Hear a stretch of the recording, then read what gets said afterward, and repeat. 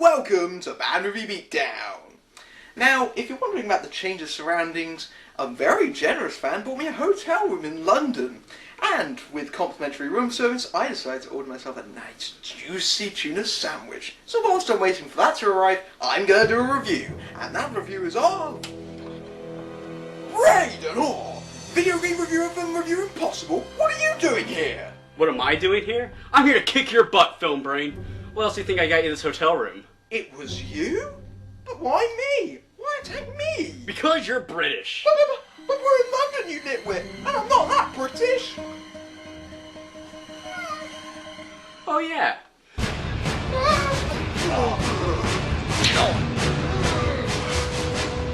One more, Brit boy?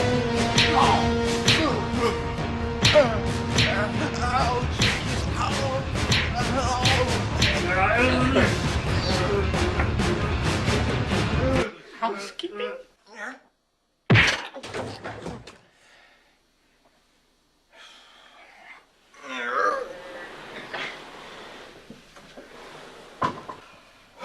That was hard work.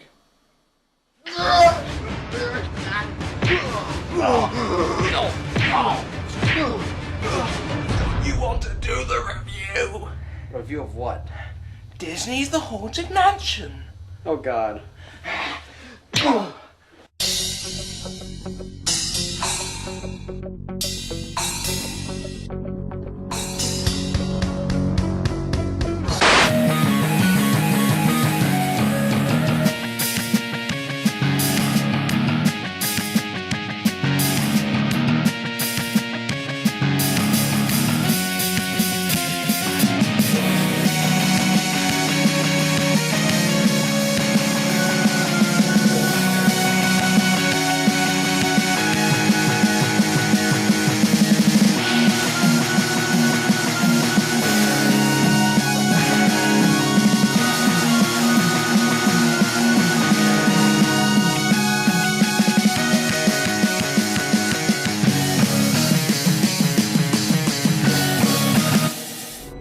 Welcome, foolish mortals. From the very start, we're called Foolish Mortals, which is appropriate if you paid to see this movie in theaters. Like I did. And me.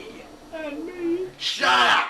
The opening credits begin with shots of computer-generated candlesticks, masks, and tarot cards that alter the scenes of death. Symbolism! Son of a bitch! Intertwined in this pointless display of CGI are scenes from a ball somewhere in the early 1800s, it seems. A masked woman drinks poisoned wine in an apparent suicide. Her fiancé, stricken with grief, hangs himself. Wow, this is kind of dark for a Disney film. Well, this is the same company that forced Lemmys to jump off a cliff for one movie, so... We are then introduced to Jim Evers, played by Eddie Murphy. Evers owns the real estate firm Evers & Evers with his wife, Sara. Because at Evers & Evers, we want you to be happy for Evers & Evers. Oh, excuse me one second, let me take this call. Hello, Evers & Evers Real Estate, Jim Evers. How's it going? Do they like the house? Yes, this house is still available. I'm really looking forward to tonight. Well, are you pre-approved? Yeah, the reservation's at 7, so don't be late. Let's get together at 7 and we'll go over your offer. Okay, honey, I'll see you later. Oh, good. Eddie Murphy making real estate jokes. In fact, this movie came out the same year as Hollywood Homicide. What made 2003 so good for real estate jokes anyway? Jim closes a deal with 2 clients and is on his way to meet his wife for their anniversary dinner that he's late for. Unfortunately, some people at the bar hear he's a realtor and want his services. Honey, forgive me. Every time he smiles like that, I die a little on the inside. Duh! Eddie arrives home and tries apologising to his wife. He decides to take the family on an outing all weekend and runs upstairs to tell the kids. It's here we learn of his son, Michael's greatest fear, spiders. Alright, get a good magazine. It doesn't matter what you use. Some people like to use Life or Time or News. Hey, this is my Sports Illustrated swimsuit edition. What are you doing with it? I don't know. You take it and you whack it. Go on, whack the spider. Because clearly he's already whacking something else. Hey-o! Oh, you know that was funny. No. Come on, you gotta whack the spider, Mike. Whack it. Dad, I'm afraid of spiders. I can't whack it.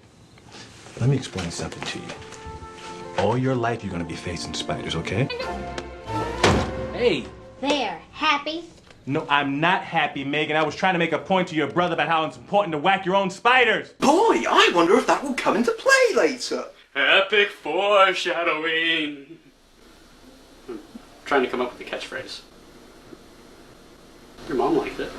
Before they go on their trip, Sarah gets a phone call about an old house called Gracie Manor. She is told to come alone, as she appears trustworthy unlike her husband. You would think Disney would have thought the same thing after Pluto Nash, but from the looks of things you'd be wrong. Despite this, Eddie, always looking for a big deal, decides to stop there on the way to their family retreat. What kind of family getaway is this that both parents are dressed so nicely? Eddie even says he's dressed in his Sunday best. We're gonna take off for the weekend. We're gonna go down to the lake like we did last year with the kids, just us and the kids for the whole weekend. How's that sound? Being from Georgia, I've done a bit of fishing in my past, but I've never done so in a Gucci suit.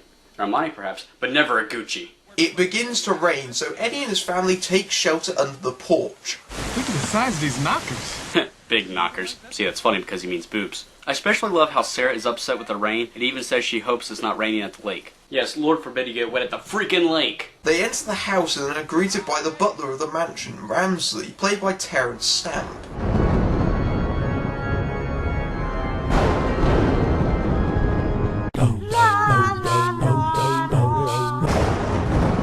He is not pleased to see Sarah's family, but takes them to the dining room anyways to meet with the owner of Gracie Mansion, Edward Gracie, played by Nathaniel Parker. The bad guy in Beverly Hills Ninja? Oh, that would be the only place you'd seen him from, wouldn't it? During their meeting with Gracie, Ramsley informs them that the creek is flooded and the roadway has been blocked, forcing the Evers family to stay the night. Jim and Sarah go to the room where they have an argument. That's not the point. You couldn't resist. You just had to come. Excuse me, this is a big opportunity for all of us. The only thing you seem to care about anymore is work. It's your business too. I mean, sure you might seem like a super parent, but that's because he's the one doing all the work. Maybe that's why he's not at home, because you're too lazy to do your job. When I'm working hard like this, it doesn't matter as long as I'm bringing you home expensive gifts, right?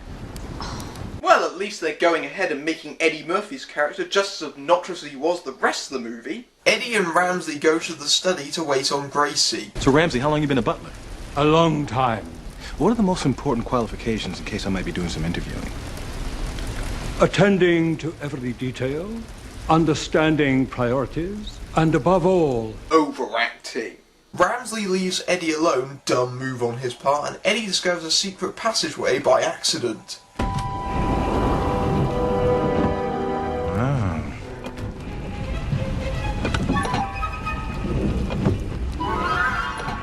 It's like he's a cat with ADD, playing with a laser pointer, on jingling keys. I wonder where this leads to.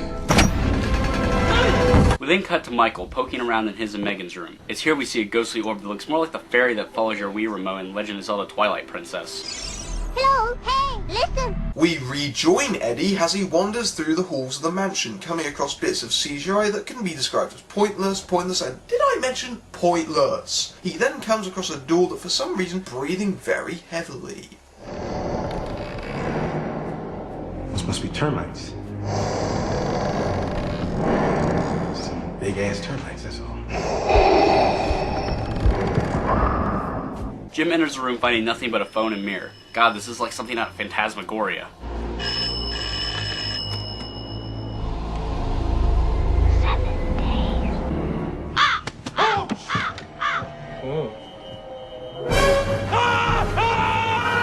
Ah, my career! Ah, we have come to fight you nerds to the death. Who are you? My name is El Pollo Torpe.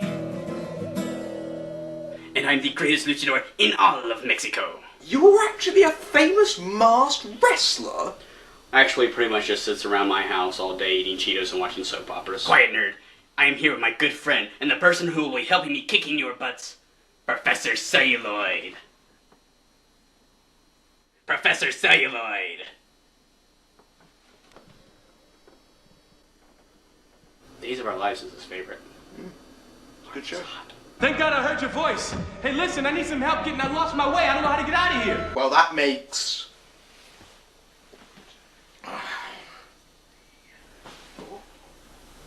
all of us? He stumbles across a small seance room where he finds Madame Leota, a gypsy trapped in her crystal ball. You know what that means? More CGI! Oh!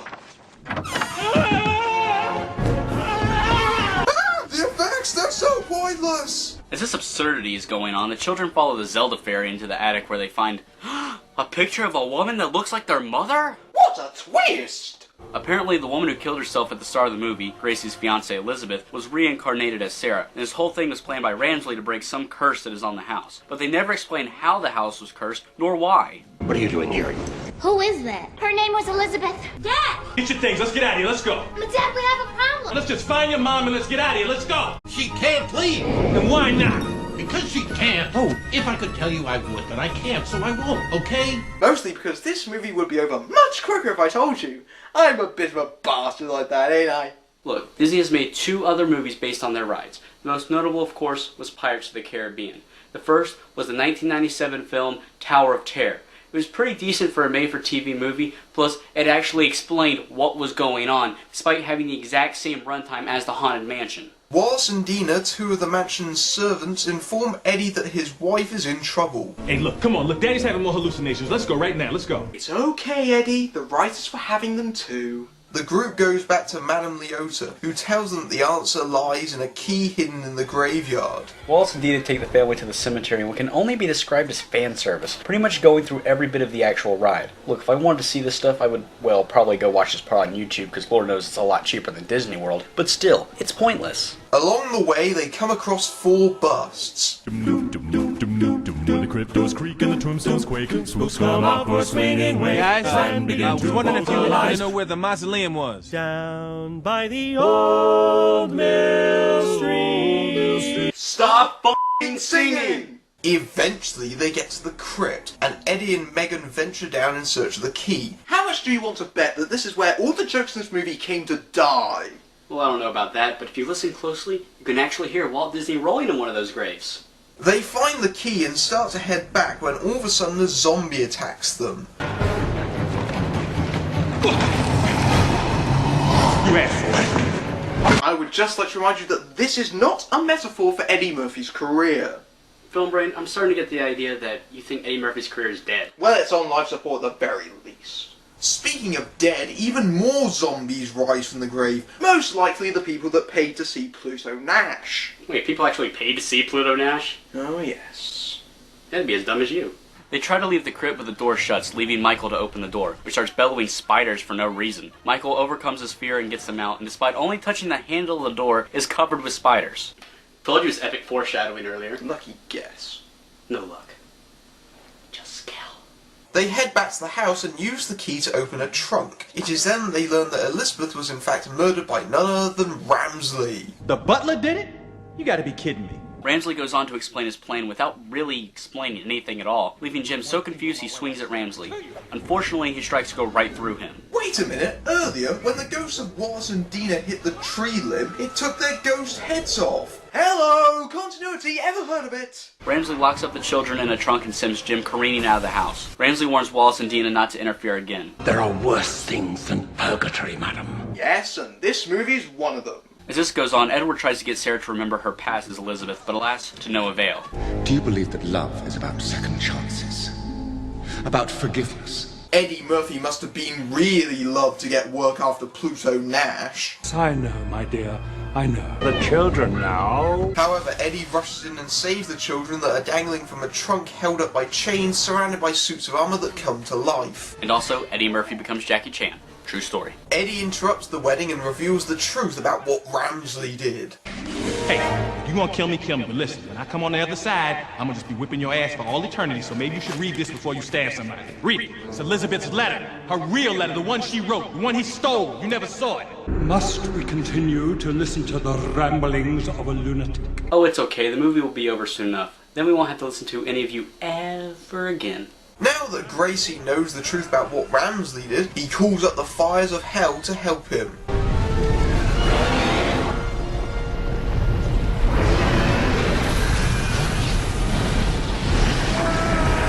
What the hell is going on? I thought he summoned that dragon, so why does it immediately go for him? As Ramsley is pulled down into hell, he drags Eddie down with him, finally making him pay his debt to society for Pluto Nash. No, he grabs the ledge and Gracie helps him up as Ramsley is consumed by the fire. Unfortunately, it appears that Sara is not well. What's the matter? What's wrong? It's the poison!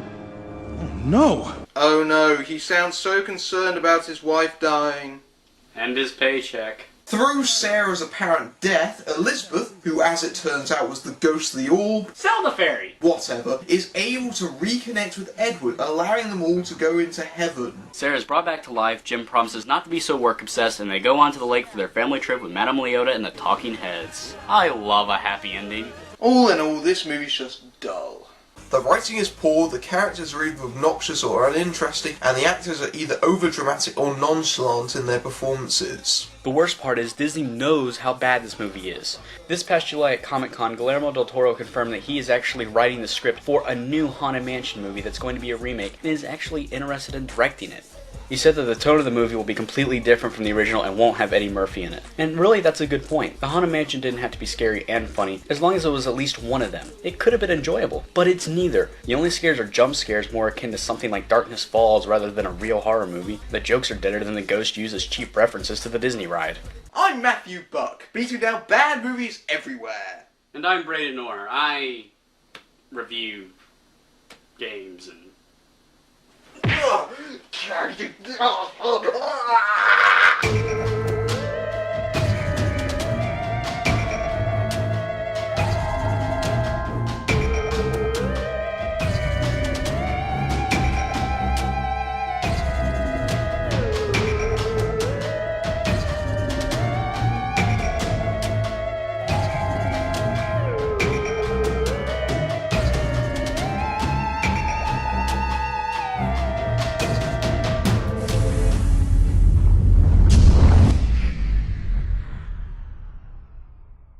Why don't white people just leave the house when there's a ghost in the house? Y'all stay in the house too fucking long. Get the fuck out of the house.